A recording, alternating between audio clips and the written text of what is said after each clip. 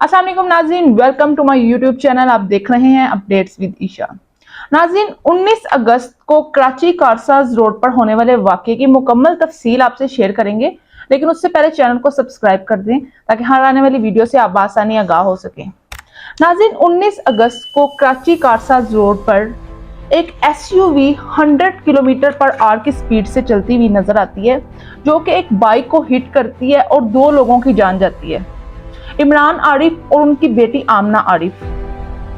Service line पर 30 से 40 kilometre की स्पीड लिमिट होती है, उस पर 100 किलोमीटर पर आवर की स्पीड से गाड़ी क्यों चल रही थी?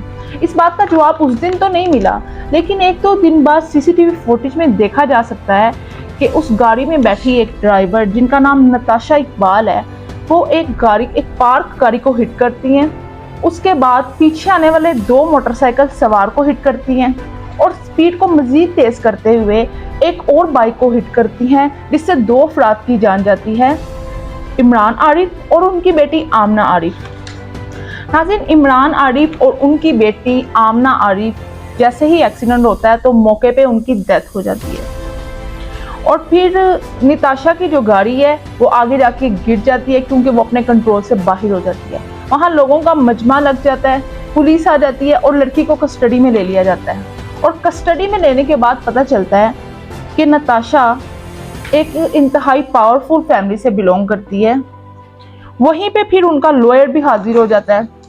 अब नताशा का लॉयर जो पहली चीज मजिस्ट्रेट के सामने रखता है वो ये है कि जज साहब 320 सेक्शन लग सकता है, यानी कि कत्ले हता, यानी कि गलती से कत्ल हो गया, इंटेंशन मर्डर करने की नहीं थी, इस पे बेल हो सकती है, तो लिहाजा इन्हें बेल दे दी जाए। लेकिन इन्वेस्टिगेशन से पता चलता है कि नताशा के पास तो लोकल ड्राइविंग लाइसेंस ही नहीं है, इसके पास तो ब्रिटिश ड्राइविंग लाइसेंस है। और ब्रिटिश ड्राइविंग लाइसेंस जो है वो फॉरेनर्स और विजिटर्स के पास उनके पास होता है और वो भी टेम्परेरी हद तक वैलिड होता है। लेकिन नताशा की तो पूरी फैमिली यहाँ पाकिस्तान में मौजूद है।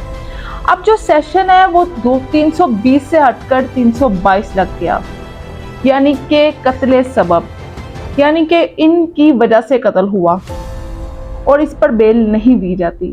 तो नताशा को बेल नहीं मिली और 14 दिन के रिमांड पर इनको जेल भिजवा दिया गया। नताशा के हस्बैंड दानिश इकबाल जो कि सीईओ हैं और चेयरमैन हैं मेट्रो पावर ग्रुप्स के, उनका कहना है कि उनकी बेगम का 5 साल से इलाज चल रहा था, उनकी मेंटल हेल्थ जो है वो स्टेबल नहीं है और वो उनसे पूछे बगैर ही गाड़ी ले गई है। लेकिन जिना हॉस्पिटल में जब उनकी रिपोर्ट्स करवाई गई और जो उसका रिजल्ट आया उसमें ऑब्जर्व किया जा सकता है कि वो मेंटली बिल्कुल स्टेबल है। और इन्वेस्टिगेशन से पता चलता है कि नताशा 9 कंपनीज को भी चला रही हैं। अगर आप मेट्रो पावर कंपनी के वेबसाइट के हिसाब से नताशा की देखें तो आप देखेंगे कि Natasha metro capital private company की सीईओ हैं। JSTN इलेक्ट्रिक लिमिटेड की भी वो सीईओ हैं। फिर वो member of board of director में भी हैं। बात यहाँ पर ख़त्म नहीं होती, जो एसोसिएट कंपनीज हैं इनमें भी Natasha member of board of directors हैं। जिना हॉस्पिटल की रिपोर्ट से पता चला है कि वो बिल्कुल मेंटली स्टेबल हैं। तो क्या फिर वो नशे में थी?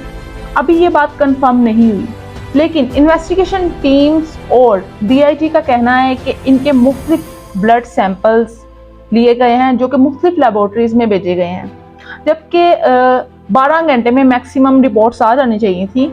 लेकिन इन्वेस्टिगेशन टीम्स का कहना है कि 1 हफ्ते तक रिपोर्ट्स आएंगी और फिर पता चलेगा कि क्या सूरत हाल थी वहाँ पर। ये बात अभी कंफर्म नहीं हुई, लेकिन अगर ऐसा हुआ तो DUI driving under the influence के भी चार्जेस इन पर लग सकते हैं। नाज़रीन, अब सोशल मीडिया पर इस केस को लेकर आग लगी हुई है और वजह ये नहीं है कि 2 लोग मर गए, वजह ये है कि ये केस भी वही क्लासिक है जहां एक्यूजर एक रिच और विक्टिम एक गरीब खानदान से ताल्लुक रखते हैं। अब लोगों को इस बात की फिक्र है कि क्या उन्हें इंसाफ मिलेगा या नहीं, क्या नताशा जस्टिस से भाग तो नहीं जाएगी।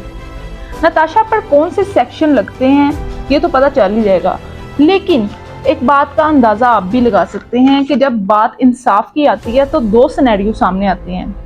एक ये कि विक्टिम की फैमिली को ब्लड मनी दे दिया जाता है, यानी कि जो लोग उनके मरे हैं उनकी जान की कीमत दे दी जाती है, और दूसरा सिनेरियो ये है कि विक्टिम की फैमिली इन्हें माफ़ नहीं करती, जिस पे नताशा को सज़ा भी हो सकती है।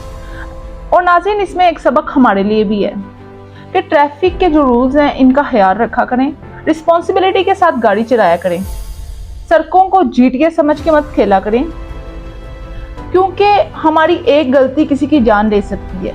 फिर कत्ले खता हो या कत्ले सबब, अंजाम बुरा ही होता है। मुझे दीजिए इजाज़त, अगली वीडियो में फिर मुलाकात होगी। अल्लाह हाफिज़।